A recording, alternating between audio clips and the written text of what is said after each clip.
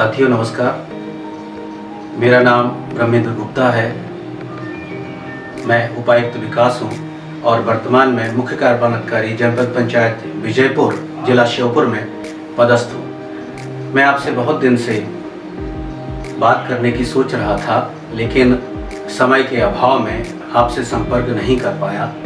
साथियों, जैसा कि आप देख रहे हैं कि कोरोना महामारी के कारण प्रतिदिन भारतवर्ष में 3 लाख से अधिक लोग कोरोना संक्रमित हो रहे हैं, लेकिन इसके बावजूद भी पता नहीं क्यों हम कोरोना अनुशासन का पालन नहीं कर रहे हैं। अरे इससे बचना कितना आसान है, ये समझने के बाद भी हम मास्क नहीं लगा रहे हैं। जब भी लोगों को बिना मास्क के फालतू में घूमते हुए देखता हूँ तो बहुत दुख होता है, अफसोस होता है, लेकिन हम समझने को तैयार नहीं हैं। आप जब भी समाचार पत्र पढ़ रहे हैं, टेलीविज़न देख रहे हैं, तो आपको देखने को आ रहा होगा कि कई पूरे के पूरे परिवार कोरोना महामारी से संक्रमित हो रहे हैं। कोई एक व्यक्ति की गलती पूरे के पूरे परिवार को परेशानी में डाल रहा है, लेकिन इसके बावजूद भी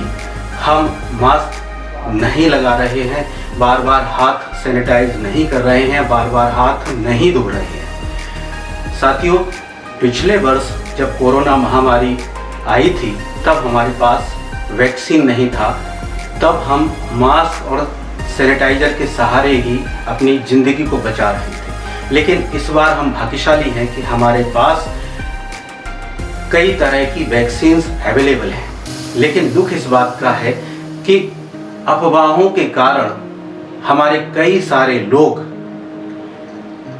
अस्पतालों में जाकर वैक्सीन नहीं लगवा रहे हैं। अरे भाई, वैक्सीन लगवाने से 1 या 2 दिन बुखार आएगा।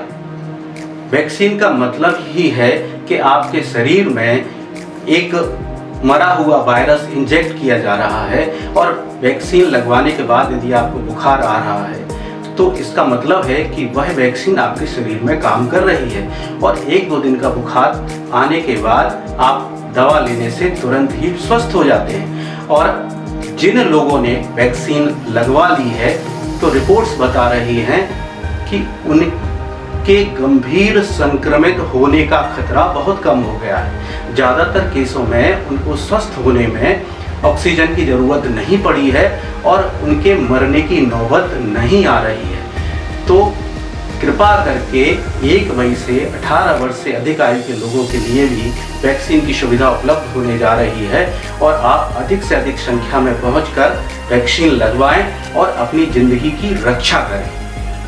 साथियों, वैक्सीन, मास्क, सैनिटाइजेशन, बार बार हाथ धोना 30 सेकंड तक, इन सब बातों का उपयोग करके और 2 गज दूरी मतलब एक डिस्टेंस से बात करना यदि हम चालू करें, यदि हम प्रयोग में लाएं, तो इस महामारी से बच सकते हैं।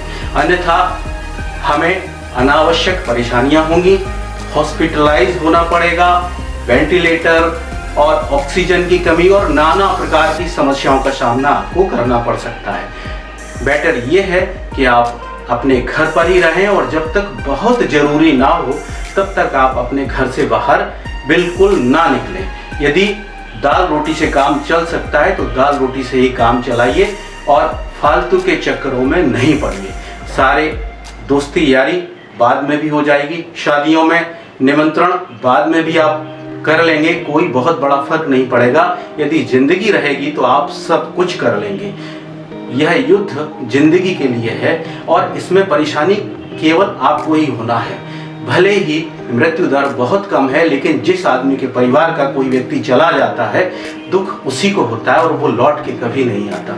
साथियों, मेरा आपसे अनुरोध है कि आप अपने जीवन की रक्षा करें, अपने परिवार की रक्षा करें और अपने राष्ट्र को परेशानी से बचाएं। ये आपका बहुत बड़ा योगदान हो सकता है, और कोरोना महामारी पर नियंत्रण करके हम अपने राष्ट्र का और अपने आप का भला करेंगे। धन्यवाद।